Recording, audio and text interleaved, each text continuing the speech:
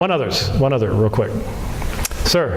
I would like to see my town and my church reform. What is it that I can do as one of the only ones who, at least from what I can see, have the proper understanding of what the gospel is and how to present it? What should I do? How do I go about playing my little part? Well, notice there's two different very important spheres that you brought up in your question. Okay. You brought up the church and you brought up your town. Those are two very different things. There's different how you, and in fact, I'd take it, just about fell off of this. This is not exactly a tall thing up here, Van. How do you fall off of something that's about 1/4 of an inch tall? That's pretty weird. Have you ever fallen off this thing? No? Man. All right. Great. There are I believe in what's called sphere sovereignty. And so you have the sphere of your own personal requirements before God, duties before God. Then you have your family. If you're married, have children. If you're, I guess I could quote Chocolate Knox and go, if you're single, get married. If you're married, have children. And if you have children, wait till they make a profession of faith to baptize them. There you go. I'll just change the thing there. Those are not the Presbyterians clapping, but anyway. But Chocolate Knox will never debate me on that either, so that's a whole other thing. But so you have your personal, you have the family, then you have the church, and then you have your town. So those are all different areas. And I would say that what you're going to be able to be doing is going to depend on what age you live in as far as what God's doing in your country or your town or whatever else it might be. And so first and foremost for you, and this is what I've been trying to emphasize recently to the young, restless, and reformed, you're not going to be able to do anything at the higher levels if you're not faithful at the lower levels. And when I say lower, I don't mean lower as in importance. I mean closer to, my heart's down here, and then so me, family, church, state. Okay, so what I'm concerned about, what I'm seeing right now, amongst a lot of young men who have beards as big as the guy next to you, okay? And in fact, look a lot like the guy next to you. In fact, who are you? No, anyway. The thing that concerns me is that they're focusing up here at the cost of what's down here. And that's going to lead to severe problems. See, I'm not winning the social media war. And the reason I'm not winning the social media war is because my message to the young men like you is discipline, consistency, godliness, service. Man, that doesn't sell unless the Spirit of God is involved. And when the Spirit of God is involved, it does sell. And when I talk about discipline, at lunch today, Ken and Viv and my wife and I were talking about an incident where Ken has made up this fantasy about how I said something to him years and years ago during one of these conferences, and we were talking about B.B. Warfield.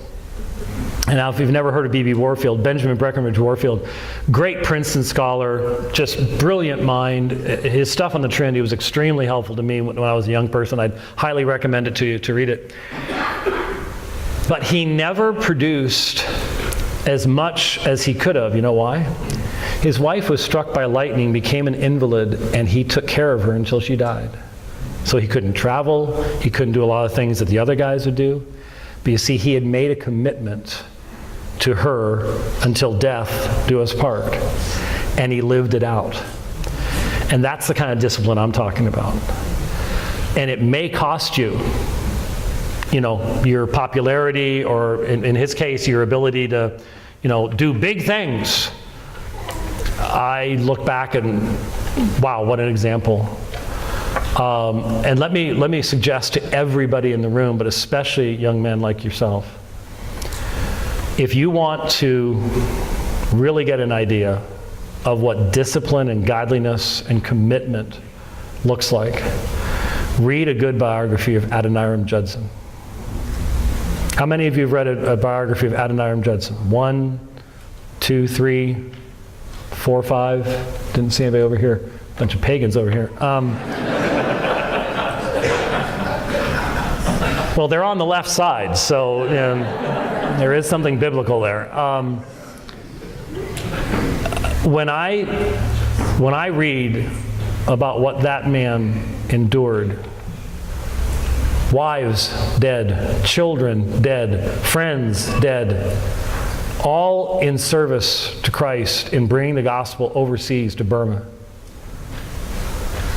imprisoned unfairly, unjustly, made feet put in stocks, and then they would put the prisoner's feet in stocks, and then raise the stocks up so that you would sleep with just your shoulders touching the ground and your feet are in the air, and there are so many mosquitoes, they're feeding off your feet, the blood's dripping down on you. I don't know about you, but I pretty much give up at that point. He didn't.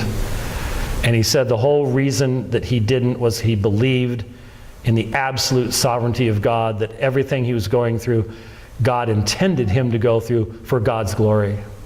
That's where you get patience, that's where you get long suffering, and that's how you change. He changed a nation. And he's changed many people who've read his story since then. Nobody at the time hardly knew anything about him. Heaven will know. Heaven will know. But that's what I say is you want to change your town, you get a bunch of people being obedient like that in that town, and you will change that town. Because people are going to see, look at that family, look at that family, look how they respond differently. Look at those children, oh my goodness. And if the Spirit of God is moving, that's the example they need. That's a light to shine to the whole world. It really is. Sorry, that last sermon was not... Thank you very, very, very much. That last sermon was not scheduled, but you got it anyways. So we will now sing Just As I Am, and...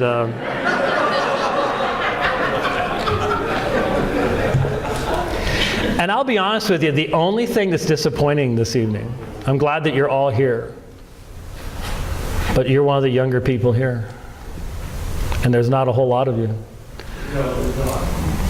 And that's not to say that I don't want the old folks here, because we need to. But what that also means is those of us who are older, we have a responsibility